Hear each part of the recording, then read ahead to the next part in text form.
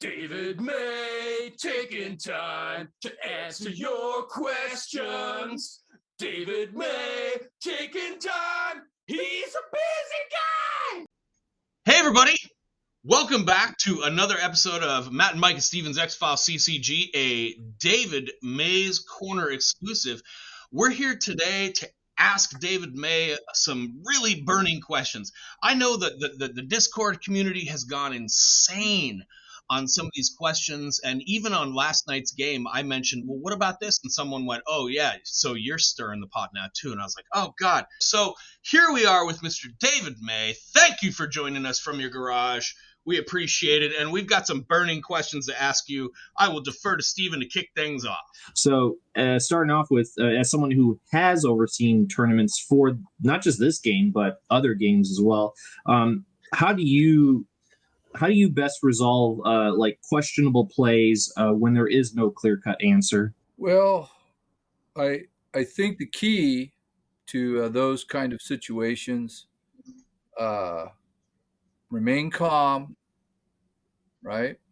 Have a firm tone to the voice, not a harsh tone, but that kind of commanding tone. And then, of course, just rapidly take a shot in the dark, say yes or no, it works or it don't work, and then don't look back. Just hold on at that point. Of course, if people get excited, you just say, hey, I'm sorry, but anything else I can help you with? Or would you like to finish the game? So, in other words, I'm hearing stick to your guns. Oh, always.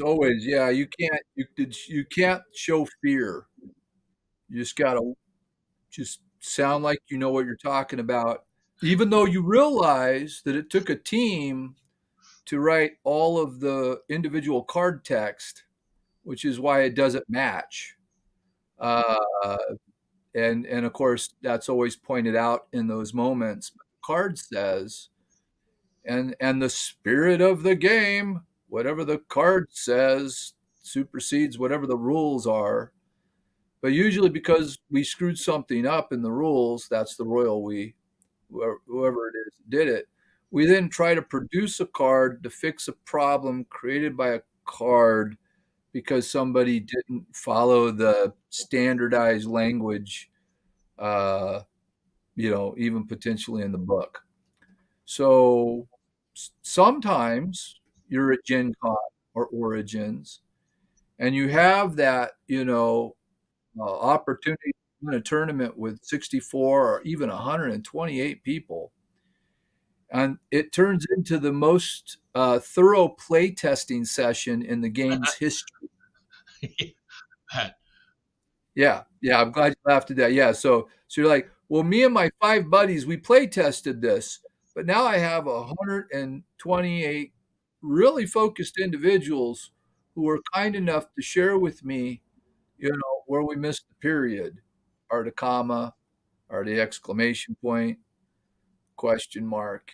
So yeah, that's when you're really dealing with the obscure stuff. And I love you guys.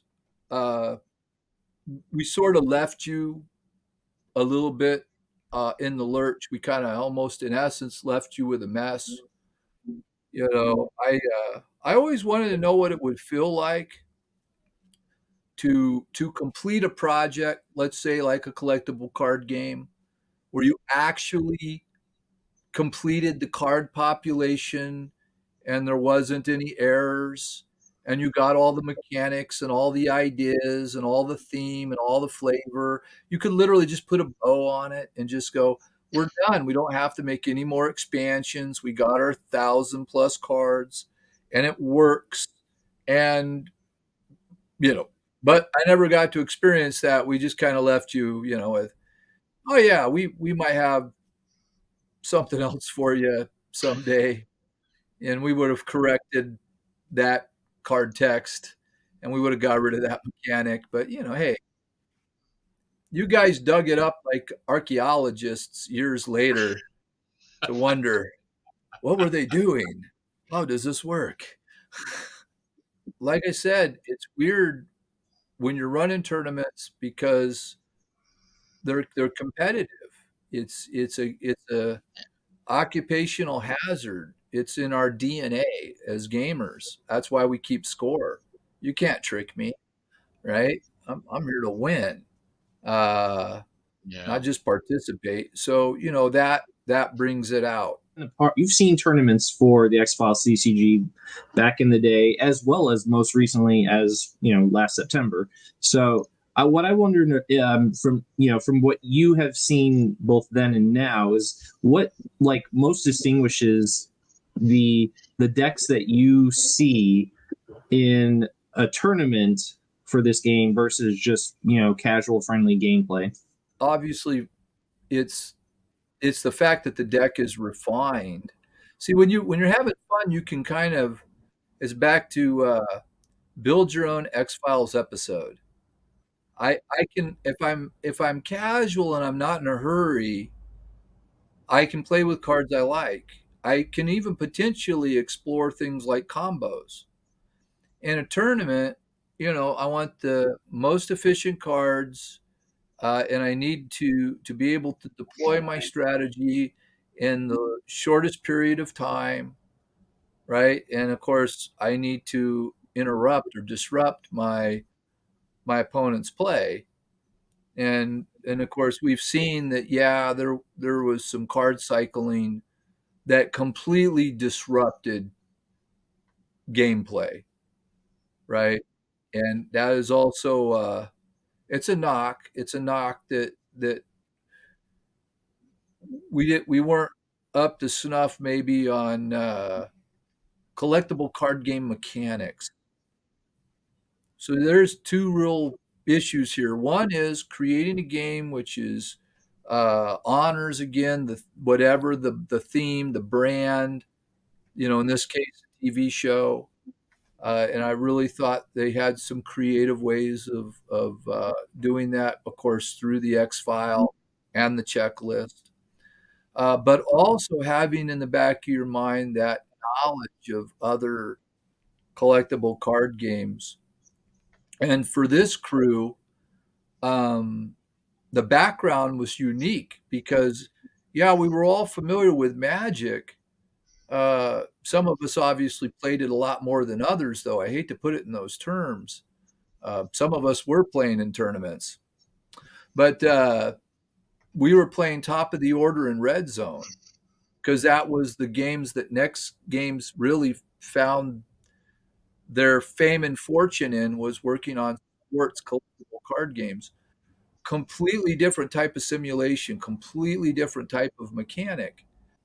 Those individuals that were at Next Games, and Duncan and Ron, as it's been pointed out in the lore and the history with Dave Frank, they were playing, Games Workshop. They were playing, Warhammer, and and uh, and so it's interesting to see those ideas again all put into the mix and try to translate into the product. And you know, uh, yeah, it's interesting. There is a benefit to having a community. There's the benefit to having a team. A lot of times, games in their infancy stage, uh, they're really designed by one, no more than two people, and it really is that vacuum. The one thing that Steven and I have done with this tournament is, yeah, we're adjudicators, right? We're hanging out to make calls if we need to, but for the most part, we're letting people kind of, for the most part, police themselves. And Jonty brought up an amazing Magic. It's not an ideology, but a term, and it's maintaining board state. And have you ever heard of that, Dave? Yeah, I'm too old. We just flip the table over, and the last thing you would do is maintain board state in order to win an argument. But yes, I understand. Well, and again, with yesterday's game, I did notice at one point, not Steven, sorry, David investigated a site successfully, turn was over, went back into, and all of a sudden now he's the conspiracy. It's like 2 or 3 cycles into her, her turn, and David was like, you know what? I forgot to pay those 2 points for that site, and he took them off. And like honestly, like I really wanted to chime in because like that again, the spirit of the game. He's like realizing, oh crap, I made a mistake. I'm not trying to cheat. I want to do things right. And so far, everybody has been amazing about that. Yeah, you guys are kind of stuck with each other. If anybody gets upset, but this community is kind of like family now because it's the same people. In order to have a successful game, one of the characteristics, one of the requirements of a successful game is somebody to play with, somebody to share it with. You don't have that, you don't have a game. Right? But you guys are designing cards. So this really, eventually, you got to start playing with the other cards that you're designing in this more collaborative / tournament play. And we will. We've talked about that recently as far as the next tournament. I think we're going to start simple. I think we're going to just include the Scully set because they were supposed to be the next official expansion, right? And they could. Yeah. So, and then that will help, kind of create new opportunities for argument, but also it'll just, I think the community's ready. I think you've had enough time getting it back together to start layering these different things in there. And again, community. This book I read says wisdom comes from a multitude of counselors. And so I like it when we have a group of people sharing ideas. So you might lose the game on a technicality here, but you might inspire design changes there. Yeah. Or maybe we can get the spirit of the game. We can allow one strategy not to destroy the fun, but give those other strategies or create those foils so that we get a more diverse, more variety. Well, speaking of diversity and variety, we've got, I believe, just 2 people so far that have played all their 3 games, right? It's Jonathan and Chris, if I'm not mistaken. Jonathan, Chris, and Alistair. And Alistair. And basically, from this point on, those 3 people, and as people finish, playing all 3 of their, preliminary games, have the ability to adjust, change, take away, add, do whatever they want to their decks after 3 games of play. As somebody that has played in these types of situations and kind of, weaned down or added things, do you have any advice for the tournament players as far as creating their decks? Any solid cards that you can think of that would really help no matter what the situation is? Or just any ideas or advice to pass along to any of the contenders? As with any game, you have the experience of your 3 matches. Okay, you have the advantage actually of watching the videos if you're competitive. Yeah. There's nothing hidden. When you see the same agents, you see the same cluster of sites, right? But then again, this is the head game, right? I can switch or I can, stay in my lane. If it ain't broke, don't fix it. But you have that advantage. It's hard to say what the silver bullet's going to be, but as we've noticed, it's very similar agents. Yeah. You have to have a strategy for Holstein if that is going to be an issue. You know what I mean? There's just, again, it's just, you're going to see certain bluffs. Again, you're either going to rely on a card to remove the problem, or you're going to have agents or strategies that foil will no longer be a problem. And in my case, I tried to do the Swiss Army knife. I tried to stuff not only the cards to deal with the events and the bluffs, but also have the team that could overcome the most common, the laser barriers, the standard operating, most inexpensive foils. Because when you're moving fast, you have to move cheap, and so it's hard to set up combos, right? So yeah, that's the only thing is if you haven't been watching, if you're playing, you're at a competitive disadvantage. I mean, if you're just happy to be here, we're happy to have you. I've got a follow-up question with that, and it has to do with unexplainable time loss. Stephen, will you explain what's going on with that card in the group as far as what people are saying? Okay, so it's a bit of a multifaceted issue.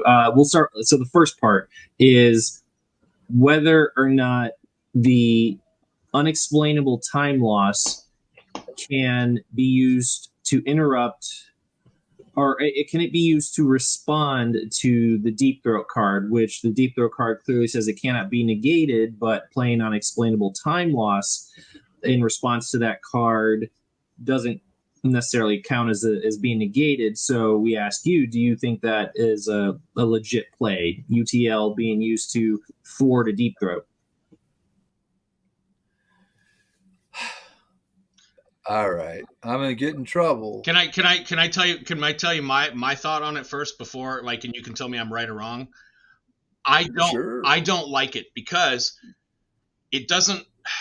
Playing unexplainable time loss does not affect that card's play, right? And every card that's played has to be resolved in some way, right? So if I play a Deep Throat, it can't be negated. That has to be resolved. If you play unexplainable time loss at that point, that doesn't matter, in my opinion, because the Deep Throat still hasn't been resolved. So answer the question, and then now my turn is over.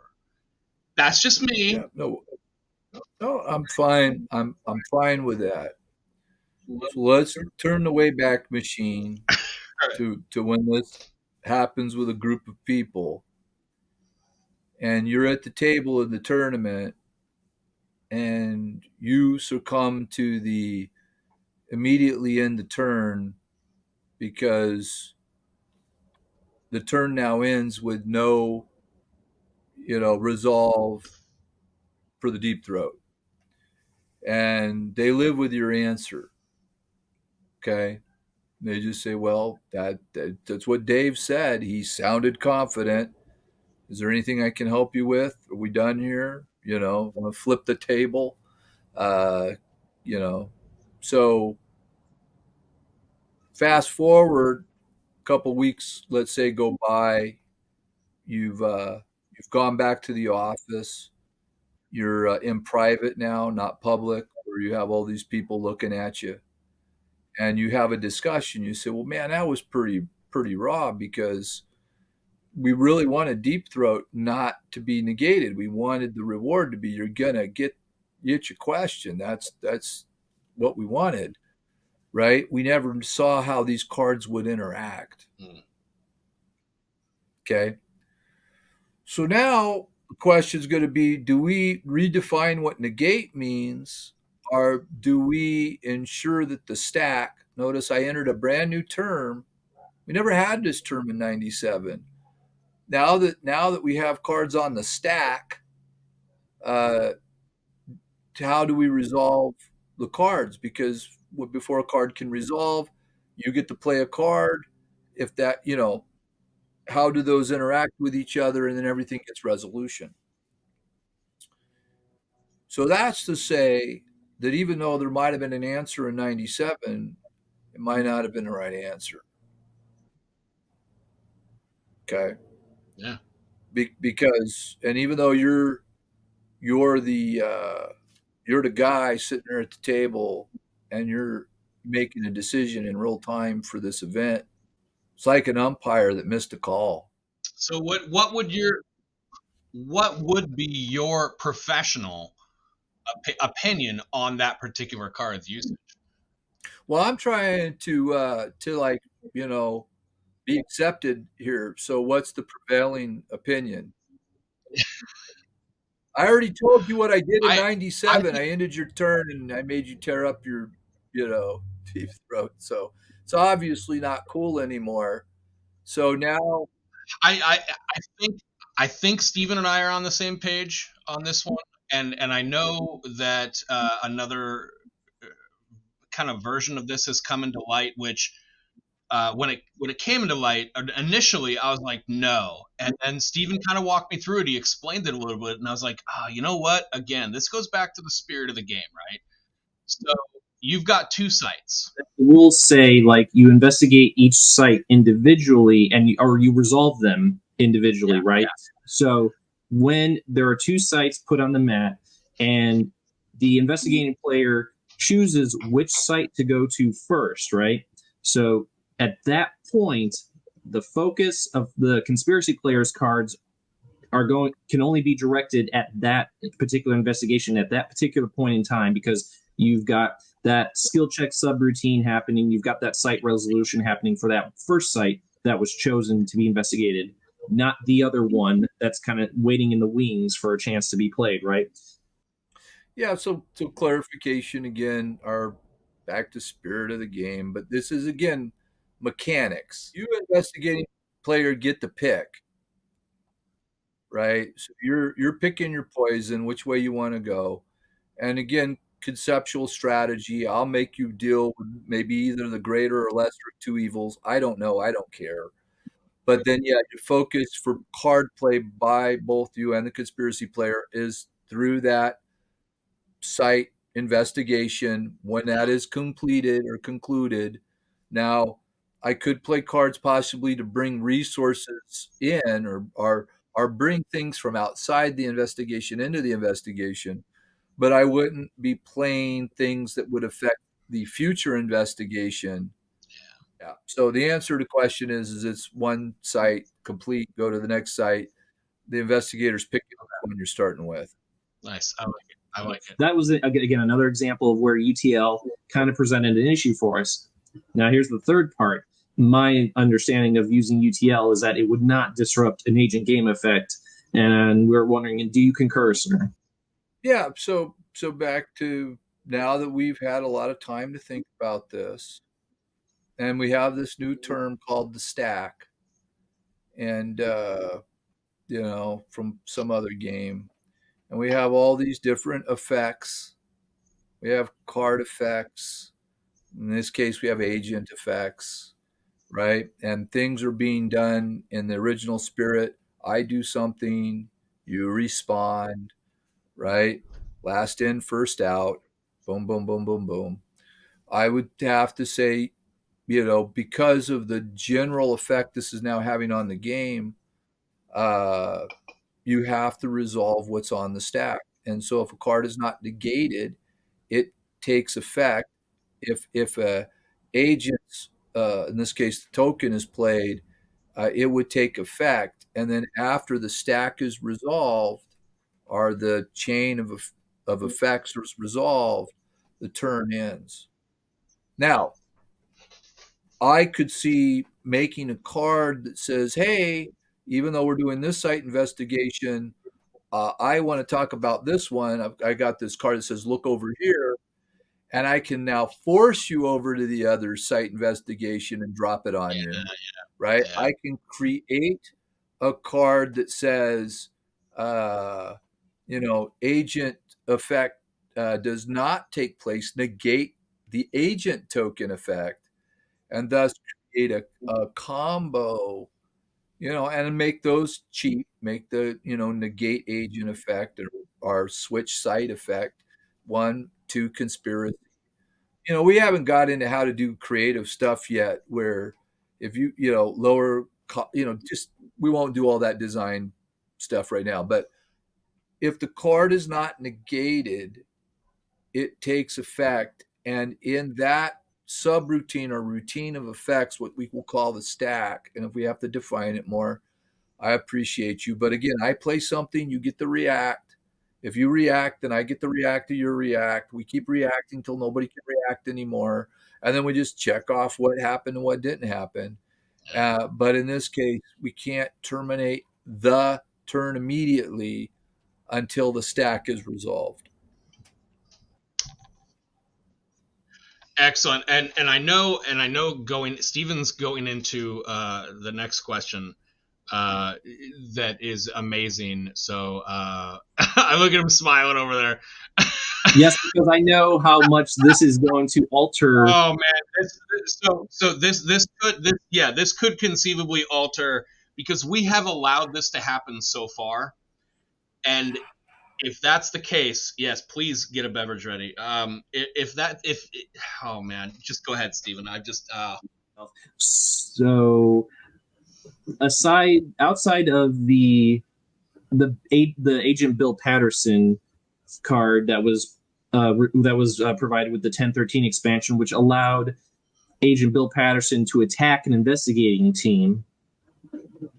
It was the only known instance where an agent's game effect can only be implemented while the card owner was the conspiracy player.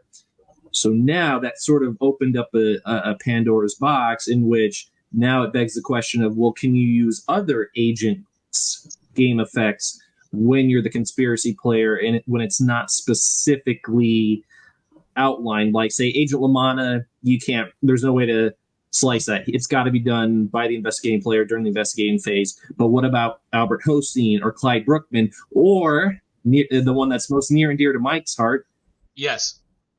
So Kresge says remove one token to negate any one healing card, right? So if I was the conspiracy player and I did this, I mean, oh my God, I hope Matt's watching this.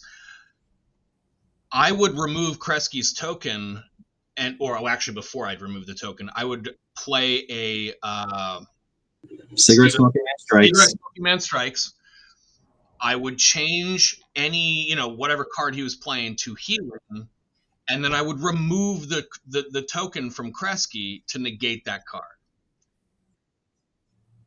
If I know Mr. May well enough, I think his answer is going to tie into spirit of the game, is going to be part of his response. Take it away, sir. Yeah, I don't want to use those words anymore. I'm going to try. I'm going to put $1 in the jar every time you say it now.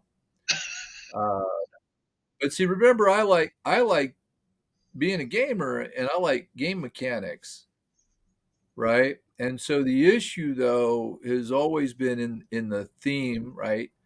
Having double agents, even though my original agent was always a good guy and never a bad guy. I guess in this episode, he's possessed. Eventually, we would have wanted to probably make them so that they could do exactly what they're doing unnaturally. And of course, we could use card effect to help an agent, kind of turn to the dark side. So the mechanics are desirable, I believe. I believe that we would eventually liked what the ability to play the agent as a conspiracy, on the conspiracy, with the conspiracy. Now, I don't know if we would have gave it, because again, this was not the intent. We were not this deep at that point, right? Agents are agents. Agents play when you're in the investigated. That was the intent. And of course, we broke the rule by creating this scenario where they could be played during combat or could be played during the conspiracy, right? So if we talk about the spirit of the game, then the spirit of the game would be, it's $2. Dang it. See, set myself up. Whatever we're talking about here, we would have to enforce the concept that agents can only, play unless specifically directed on the card during the investigating phase, thus taking away some of that flexibility, with the intent to create cards that break the mechanics of the game. Right now, again, here we are today whatever years later. And this possibility exists, but as a community, we then have to decide, how do we want to play this game? Because we mentioned we have X-Files powers, we got all this other stuff, which we would consider house rules. And this game was designed to have variation, and I do believe, without spending another dollar in the jar, if I could really sit down with the younger versions of Duncan and Ron, I think, I could be wrong, I think they would have hoped that others would have come up with good ideas and found utility, meaning that when you purchase the game, you would discover the next best mechanic. If the community, except this was done in a vacuum, they were isolated. And by the time we would have community, we didn't have community anymore. We'll never know what would have happened. Uh, I like to pretend it would have been cool, and we would have listened, and we would have had collaborative discussions. Dave Frank would have been a benevolent dictator, I hope. So we would have been sliding stacks of cards around on the table eventually if he was designing the game. But the game balance and that stuff, because of the stuff I did, we would have gotten into those discussions and looked to create a simulation to pay homage, in the upcoming seasons, what you guys are doing. I would hope to have done it in the manner which you guys are approaching it. Next might have just stayed in the vacuum, and just, we need +3 cards. I hope not. I'm sure they would have eventually said, no, we got it. We got enough +3s. But we could see in the expansion that we were rounding out kind of the spreadsheet. We were kind of filling in blanks. Yeah. But now we have to start coming up with some new ideas. And like you could see, some of those ideas existed. There was foreshadowing of future events, even if it wasn't thought out. I really like that idea, actually, like in a future expansion, because let's be honest, like the expansions that we've come up with, that not we, I mean the collective we, have been great, but there hasn't been any one card that I've seen that is reminiscent of an X or a deep throat. What about a card that's like, I don't know who would be like, Cancer Man or somebody that would be like, play this card to negate any one agent effect. Well, there actually was a playtest card in the works before the game was discontinued. It was called Misconduct Hearing, and yeah, that actually did undo. Oh, You play this card when an agent game effect is used. So so it was in the works. For that, I do want to acknowledge that there with what as Dave May was saying, that there was some foreshadowing stuff happening, and the first instance in which an agent would take on the role of the conspirator to a certain degree was present in the Truth Is Out There edition card that we discussed all the way back in Dave May Corner number 5, which is my first cameo appearance on this channel. The Assassinated card, which you guys recall, you guys went over and over and over on that particular card. And as you recall, Mr. May, you pointed out how the idea behind that card was to use the agents as conspirators, because they get that +1 after a witness is negated. So that was the first instance of that. And then when we get to 1013, we got Bill Patterson, whose effect does allow him to be used to attack agents on the investigating team, along with the Mostow Sketches event card that we're still trying to wrap our head around. So far the status quo is we have allowed people to to do that. And we can't go back on that at this point, right? As far as the tournament goes, it would affect, well, we'd be pariahs at that point. So going forward in the tournament, we're allowing agent effects to be used as the conspiracy player. Yeah, I actually, that's the direction I lean Yeah. in without the support. See, again, the other challenge for tournament play, we some other collectible card game out there also had to kind of bloody its nose against this concept, and that is we're in tournament play, not casual play. Or how about we're in tournament play, not fun play?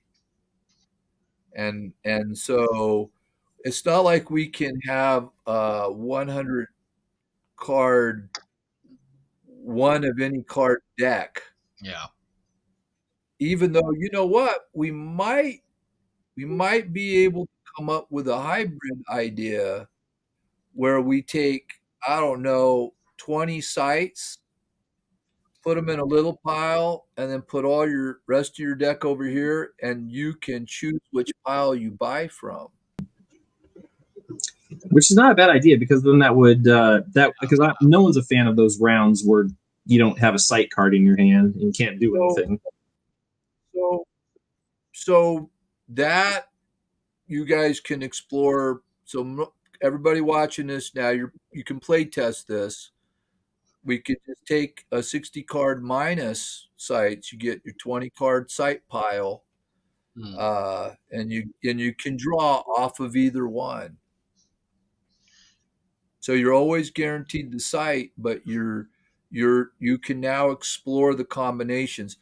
I don't know if it'll speed it up or slow it down, but the idea here is again, because you got a 100 card deck of one of everything. I think y'all can figure out what we're talking about. I actually like playing Gladiator, and nobody plays that, which is why I'm all alone on Arena, because it isn't even a format that anybody cares about.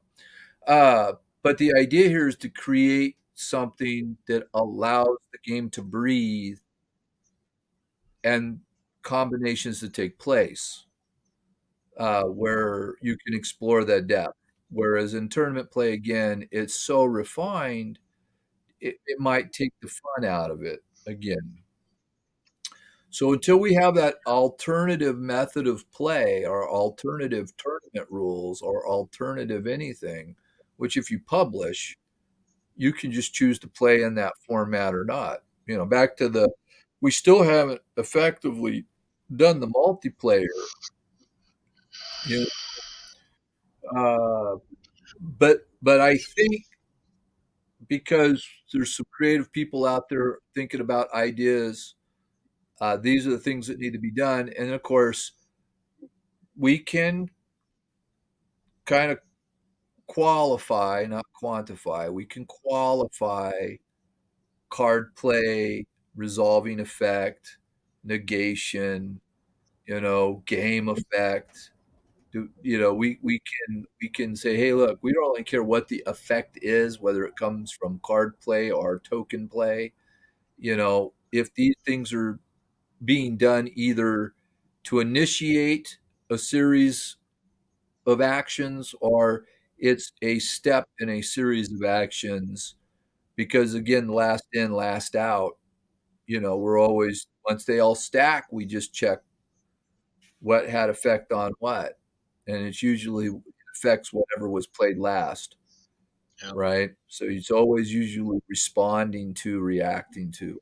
So I've got one more non-tournament related question for you, if that's okay. Nice. Yeah. Well, let's talk for a second about the pewters, right? There was some recent news that, we learned that there was supposed to be a Cancer Man pewter, which never happened. We don't think. I mean, if there is out there somewhere, holy crap, right? But we know that there's a total of 7 Wow. 7 pewters. There's 5 Mulders, right? And there's 2 Scullys. And we know where the 5 Mulders are, right? We got those tracked down, right? We know where one of the Scullys is. We know Kevin Marion has that one. We've seen it. Matt and I saw it, right?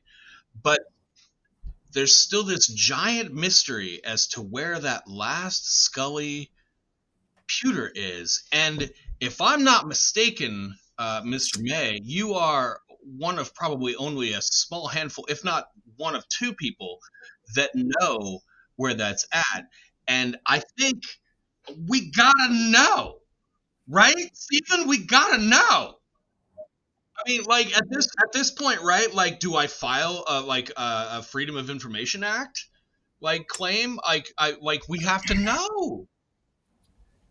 Your tenacity on this particular topic is commendable. As if the water just hitting the rock, just what feels like continuously, or better yet, the drop. It's wearing me out. We're nothing if not Oh tenacious. man,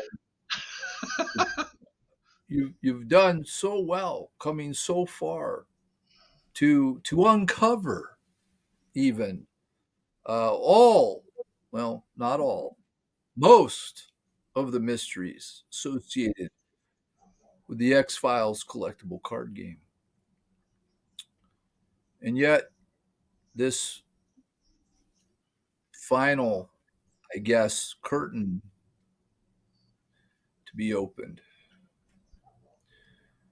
You may have earned the right, but I tell you, oh man, okay, here, lean in. I mean, get really, come on.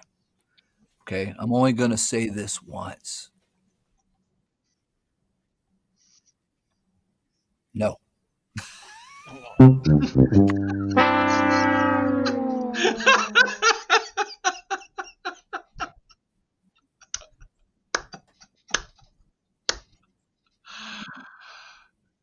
Thank you, everybody, for tuning in to a wonderfully weird tournament edition of David May's Corner. Thank you, as always, Mr. David May, for joining us.